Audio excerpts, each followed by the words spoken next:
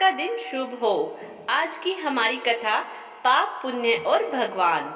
अगर यह कथा अच्छी लगे तो प्लीज हमारा चैनल सब्सक्राइब करें। एक सेठ बस से उतरे, उनके पास कुछ सामान था। आसपास नजर दौड़ाई तो उन्हें एक मजदूर दिखाई दिया। सेठ ने उसे बुलाकर कहा, अमुक स्थान तक इस सामान को ले जाने के कितने पैसे लोगे? आपकी मर्जी, जो देना हो दे देना, लेकिन मेरी शर्त है कि जब मैं सामान लेकर चलूं तो रास्ते में या तो मेरी सुनना या आप सुनाना। सेठ ने मजबूरी में हाँ कर दिया। सेठ का मकान लगभग 500 मीटर की दूरी पर था। मजदूर सामान उठाकर सेठ के साथ चल दिया और बोला, सेठ जी, आप कुछ सुनाओगे या मैं सुनाऊं? सेठ ने कह दिया कि तू ही सुना। मजदूर ने खुश होकर कहा, जो कुछ मैं बोलूं उसे ध्यान से सुनना। मजदूर पूरे रास्ते बोलता गया और दोनों मकान तक पहुंच गए। मजदूर ने बरामदे में सामान रख दिया। सेठ ने जो पैसे दिए ले लिए और सेठ से बोला, सेठ जी, मेरी बात आपने ध्यान से सुनी या नहीं? सेठ ने कहा, मैंने तेरी बातें नहीं सुनी, मुझे तो अपना काम निकालना था। मजदूर बोला, सेठ जी, आपने जीवन की बहुत बड़ी गलती कर दी। कल ठीक 7 बजे आपकी मौत होने वाली है। सेठ को गुस्सा आया और बोले, तेरी बकवास बहुत सुन ली, अब जा रहा है या तेरी पिटाई करूं? मजदूर बोला, मारो या छोड़ो, कल शाम को आपकी मौत होनी है।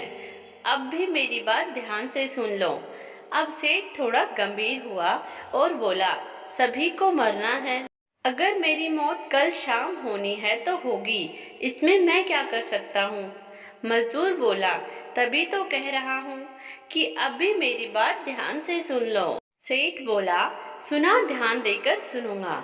मरने के बाद आप ऊपर जाओगे तो आपसे यह पूछा जाएगा कि हे मनुष्य, पहले पाप का फल भोगेगा या पुण्य का? क्योंकि मनुष्य अपने जीवन में पाप पुण्य दोनों ही करता है। तब आप कहना कि पाप का फल भुगतने को तैयार हूँ, लेकिन पुण्य का फल आंखों से देखना चाहता हूँ। इतना कहकर मजदूर चला गया। दूसरे दिन ठीक 7 बजे सेठ की मौत हो गई। सेठ ऊपर पहुंचा तो यमराज ने प्रश्न किया कि पहले पाप का फल भोगना चाहता है कि पुण्य का? सेठ ने मजदूर के बताए अनुसार कहा, पाप का फल भुगतने को तैयार हूँ, लेकिन जो भी जीवन में मैंने पुण्य किया हो उसका फल आंखों से देखना चाहता हूँ। यमराज बोले, हमारे यहाँ ऐसी कोई व्यवस्था नहीं है, यहाँ तो दोनों के फल भुगतवाए जाते हैं। सेठ ने कहा कि फिर मुझसे पूछा क्यों? अब पूछा है तो उसे पूरा करो। धरती पर तो अन्याय होते देखा है, पर यहाँ पर भी अन्याय? यमराज ने सोचा कि बात तो यह सही कह रहा है, इससे पूछकर बड़े बुरे फंसे। मेरे पास कोई ऐसी व्यवस्था ही नहीं है जिससे इस जीव की इच्छा पूरी हो जाए। विवश होकर यमराज उस सेठ की ब्रह्मा जी के पास लेकर गए और पूरी बात बताई। ब्रह्मा जी को भी सेठ की इच्छा पूरी करने का कोई उपाय नहीं सूझा। ब्रह्मा जी विवश होकर यमराज और सेठ को साथ लेकर भगवान के पास पहुँचे और समस्या बताई।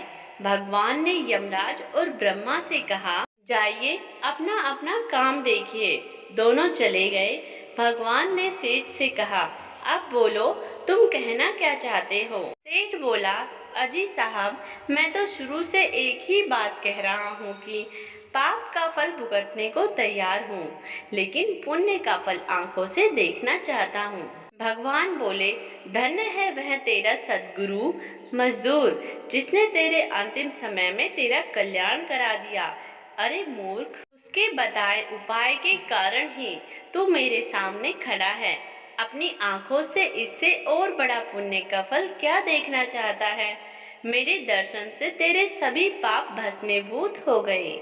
इसलिए बचपन से हमें सिखाया जाता है कि बड़ों की बात ध्यान से सुनो, पता नहीं कौन सी बात जीवन में कब काम आ जाए। जय श्री कृष्ण, बोलो राधे राधे।